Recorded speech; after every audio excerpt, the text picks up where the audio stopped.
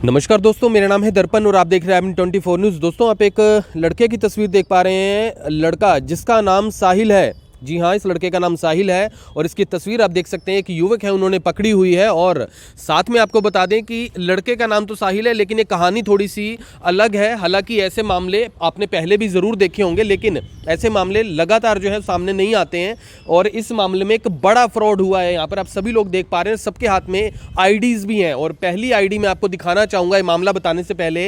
ये आईडी आप देख लीजिए, ये आईडी है, यानी कि एक पैन कार्ड है और पैन कार्ड पर इसी लड़के की तस्वीर है। लेकिन अगर आप नीचे देख लें तो गोपाल नाम आ रहा है। जी हाँ, गोपाल नाम आ रहा है और पिता का नाम आप देख रहे हैं जो इकरम आ रहा है। लेकिन बता दें, ये लड़का गोपाल नहीं है, ये लड़का वही है जो नाम हमने आपको पहले बताया था। और इस लड़के ने एक बड़ा फ्रॉड जो है वो किया है। अब ये फ्रॉड किया किसने है ये तो बाद में पता लगेगा, इसमें और कौन कौन लोग इसमें शामिल हैं। लेकिन फिलहाल जो है इस लड़के को बाकायदा पुलिस ने भी पकड़ा था और बाकायदा इन लोगों के साथ एक बड़ा फ्रॉड हुआ है। और वो फ्रॉड ये है, बता दें आपको, कि ये लोग जो हैं लगभग आज से 4 महीने पहले इन्हें पता चलता है कॉल के द्वारा कि इनके सिर पर एक लोन खड़ा है। आप बता दें, इनके सिर पर एक जो लोन है वो खड़ा है और वो लोन था एक मोबाइल फ़ोन का। इन्हें कॉल आती है और कॉल आने के बाद इन्हें पता लगता है कि किस तरीके से इन्होंने किस्तें नहीं भरी हैं। और फिर उसके बाद जो है ये जब पहुंचते हैं तो पता लगता है इनके नाम की बहुत सारी फेक आईडीज़ बनी हुई हैं, जिसको लेकर जो है ये अब दर दर भटक रहे हैं, धक्के भी खा रहे हैं। उसके बाद ये M24 के दफ्तर पहुंचे हैं। पूरी कहानी क्या इनसे बात करने की कोशिश करेंगे, आपसे अपील करेंगे इस वीडियो को भी शेयर ज़रूर करें। जी, क्या नाम है आपका? सर गोपाल शर्मा, मैं खेड़ा कॉलोनी जुमला गेट करनाल का रहने वाला हूं। और रक्षाबंधन से 5 या 6 दिन पहले मेरे को कॉल आना शुरू हुआ, भी आप किस्त भर दो। तो मैंने बोला भी कोई चीज़ लूँगा तभी तो भरूँगा ना। उन्होंने बोला आप लेके जा चुके हो। किनकी तरफ से आया था कॉल? बजाज फाइनेंस की तरफ से सर। तो उन्होंने 30,000 का मेरे को बोला भी आपने फ़ोन लिया हुआ है।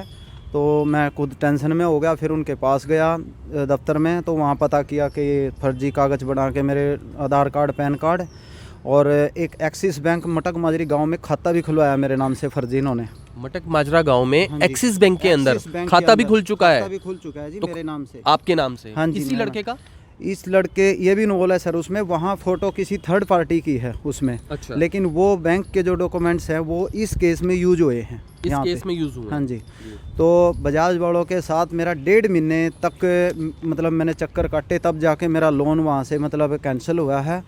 सिविल तो मेरी ख़राब हो ही गई है। बाकी मैंने इसकी पुलिस में कंप्लेंट की, मैं SP ऑफिस में 4 बार पेश हो चुका हूँ। मेरी कार्रवाई अब तक 0 है, कोई कार्रवाई नहीं हुई है। ये केस सिविल लाइन में भी गया है, सिविल लाइन के बाद इसको सिटी में भी ट्रांसफ़र किया गया, सिटी थाना में। सिटी थाना से सदर चौकी किया है। पहले आप सबसे पहले SP साहब के पास गए? SP साहब के पास, हाँ जी। पहले तो मैंने सिटी में दरखास्त दी जी, मेरी सुनवाई नहीं हुई वहाँ पे। तब फिर मैं SP के पेश SP साहब के वहाँ दरखास्त दी, वहाँ से सिविल लाइन आई है। सिविल लाइन से फिर दरखास्त मेरी सिटी में पहुँचाई गई है। सिटी से फिर मेरे को सदर चौकी भेजा गया, सदर चौकी से फिर मेरी एप्लीकेशन वापस सिटी में आई है। 4-5 इसमें सब इंस्पेक्टर वगैरह बदली हो चुकी है, ट्रांसफ़र हो चुके हैं। मैं चक्कर काट के जूते घिस गए हैं, लेकिन मेरी कोई सुनवाई नहीं है। मैं थक हार के तब आपके पास आया हूँ जी। अब देखते हैं जी कुछ कार्रवाई होगी या नहीं होगी। मैं बहुत परेशान हो चुका हूँ जी इस केस के मामले में। अब एक तो यही नहीं पता है कि मेरे डॉक्यूमेंट्स बनाए किसने हैं नकली। ये लड़का इसमें जो इसके जब हमने पेश किया है इस लड़के को, तब कुछ जो मैंने सुना है कि भाई ये उसको जानते हैं जिसने नकली बनाई हुई है जी। कौन जानता है? ये जो साहिल नाम का लड़का है। और अब जब मैं कल सिटी थाना में गया हूँ तो वहाँ ये पता लगा कि ये लड़का फैमिली समेत बाहर विदेश चला गया है। ये बात किसने बोली है? ये सर वहाँ पे एक तो सर जयनारायण जी हैं, सब इंस्पेक्टर हैं। और मैं SHO साहब से भी मिला हूँ जी कल, वही ये बोल रहे हैं। उन्हीं से मेरे को पता लगा है कि ये लड़का फैमिली समेत बाहर जा चुका है। इसका 29 तारीख को 29/9 को इसका मुकदमा दर्ज हो चुका है। अखबार में ये फ़ोटो भी है, ये भी निकली अखबार के अंदर, 1 तारीख को निकली है। 29 तारीख को मुकदमा दर्ज हुआ है और 5 धाराएँ लगी हुई हैं। उसके बावजूद ये बंदा बाहर कैसे चला गया सर? दोस्तों, आपको बता दें, हालांकि वो बाहर अब गया है या नहीं गया है ये तो बाद में पता चलेगा, सच है या झूठ है। लेकिन उससे पहले मैं आपको इस मामले में एक बिल भी दिखा देता हूं। ये बिल आप देख सकते हैं, एक वीवो फ़ोन का है और इस यानी कि इसी फ़ोन के लिए ही ये सारा का सारा जो झमेला है जो मैं आपको दिखा रहा हूं कि यानी कि जो लोन है उनके सिर पर खड़ा है और इन्होंने कोई फ़ोन लिया भी नहीं। लिया जी आपने कोई फ़ोन? नहीं सर, नहीं। मेरा फ़ोन तो सर आप देख के हैरान हो जाओगे। मैं तो 1450 से ऊपर गया हूँ। मेरे को तो 30,000 का फ़ोन सुनकर झटका लगा सर। मैं तो ये फ़ोन यूज़ करता हूँ सर, सिंपल फ़ोन। जी जी जी जी जी जी। मैंने तो आज तक इतना महंगा फ़ोन खरीदा ही नहीं है। तो इस यानी कि आपको जब ये सब कुछ पता लगा तो इस लड़के को पकड़ा कैसे आपने? इस लड़के को सर सिविल लाइन वालों ने ही EMI नंबर ट्रैकिंग पे लगा के, जो इसमें लिखा है बिल के हाँ, अंदर। इस बिल के अंदर है, तब इस लड़के को उन्होंने ही पकड़ा और उन्होंने मेरे को पकड़ा बुलाया। कौन से महीने में था? ये सर नहीं, हाँ अक्टूबर में सर। अक्टूबर में पकड़ा? अक्टूबर में पकड़ा, उसके बाद क्या किया? उसके बाद इसको छोड़ दिया सर उन्होंने, कोई कार्रवाई नहीं की है। सिविल सिर्फ FIR हुई है इसमें?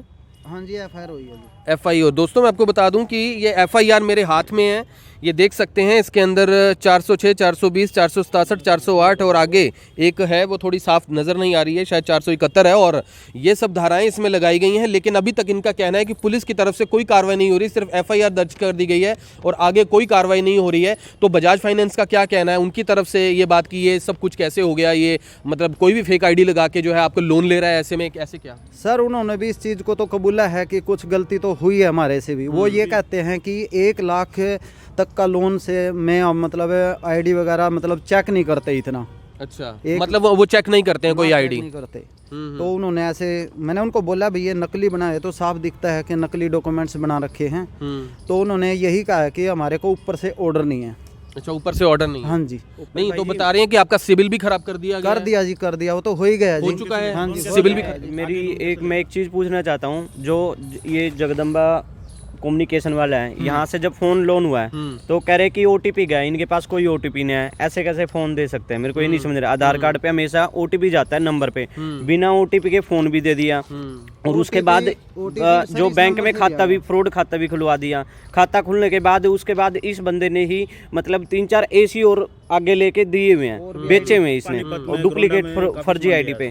तो ये ऐसे एक आम बंदे के साथ उसके डॉक्यूमेंट मिसयूज हो रहे हैं। चलो आज वो कई बार ही आए हमारे पास कॉम्प्रोमाइज के लिए, आज हम कॉम्प्रोमाइज कर लेते, कल किसी और के डॉक्यूमेंट का मिसयूज होता। आपको क्या लग रहा है, आपने कभी कोई बजाज से पहले कभी कुछ लिया? क्योंकि ऐसे मामले कई बार सामने आए हैं कि जिसमें पहले कुछ लिया जाता है, अगर आपने उसका लोन उतार दिया तो बाद में कुछ साल बाद फिर पता लगेगा कि आपकी IDs का यूज हो रहा है। कभी कुछ लिया? नहीं सर, मैंने कुछ बजाज से नहीं लिया, सिर्फ मेरी एक पॉलिसी है बजाज आलियंस में। तो फिर आपको क्या लग रहा है कि मतलब कि आपकी IDs उस लड़के के पास आई कैसे? इस लड़के ने किया है या इसके भी किस तस्वीर किसने लगाई थी, या इसने कबूला इस बात को?